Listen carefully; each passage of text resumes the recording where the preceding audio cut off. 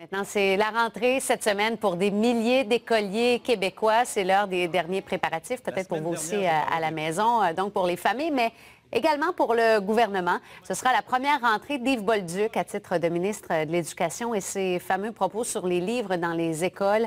Ça continue de faire des vagues. Je vous rappelle qu'il a proposé de couper dans ce budget en disant que les enfants, je cite, n'en mourraient pas. Certains continuent de demander sa démission aujourd'hui. Et pour la centrale des syndicats du Québec, bien, Yves Bolduc est un enfant, ou plutôt un élève à risque. La rentrée scolaire amène cette année beaucoup d'inquiétudes, selon la centrale des syndicats de l'enseignement, avec un nouveau ministre de l'Éducation, Yves Bolduc, qui connaît mal le réseau. Les propos qu'il a tenus qui ont été inappropriés à cet égard-là nous laissent croire que le ministre Bolduc est un élève à risque. Les commissions scolaires peuvent bien couper dans l'achat de livres, selon le ministre Bolduc. Il n'y a pas un enfant qui va mourir de ça, a-t-il déclaré au Devoir. Le premier ministre a dû réagir. Un enfant n'a jamais assez de livres. Moi, ma mère m'a appris à lire sur ses genoux à 3 ans avec des livres. On espère que le tollé qui a été provoqué va avoir comme conséquence heureuse d'obliger les gens à peut-être se poser davantage de questions. La CSQ choisit plutôt de guider Yves Bolduc vers la réussite des élèves du Québec. Une des valeurs importantes en éducation, c'est l'égalité des chances. On va lui donner une chance de l'accompagner dans son mandat. Mais le réseau scolaire a déjà subi 800 millions de dollars de compression depuis 4 ans et on s'apprête à réviser tous les programmes gouvernementaux. L'objectif ultime de ce gouvernement-là, c'est d'aller chercher 3,3 milliards de dollars. Ça, c'est assez inquiétant. Maintenant, on est vraiment à couper dans le service aux élèves. L'aide aux devoirs qui existait, école en forme et en santé, toutes les activités parascolaires. Là, je vais vous faire un clin d'œil en vous parlant de la lecture à l'école.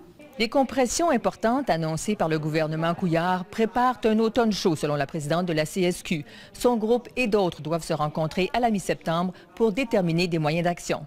André Ducharme, TVA Nouvelles, Montréal.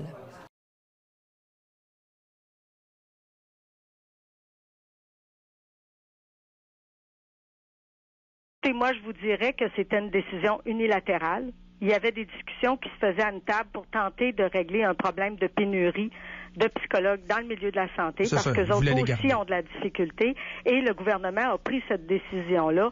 C'était pas la meilleure, mais c'était une décision qui a été prise vraiment par le gouvernement. Puis nous, ce qu'on dit depuis ce temps-là, c'est écoutez, le problème de pénurie est là aussi dans le milieu de l'éducation. Les élèves sont là et il faudrait qu'on soit capable d'être au moins compétitif avec le milieu de la santé. On est sûr qu'on n'est pas compétitif avec le milieu privé, c'est bien évident. Mais tu sais, si on l'a donné à Jean, qu'on le donne à Jean. Ça, c'est un peu ça que vous dites. Oui, c'est ça. Je comprends. Là-dessus, je vous comprends très bien.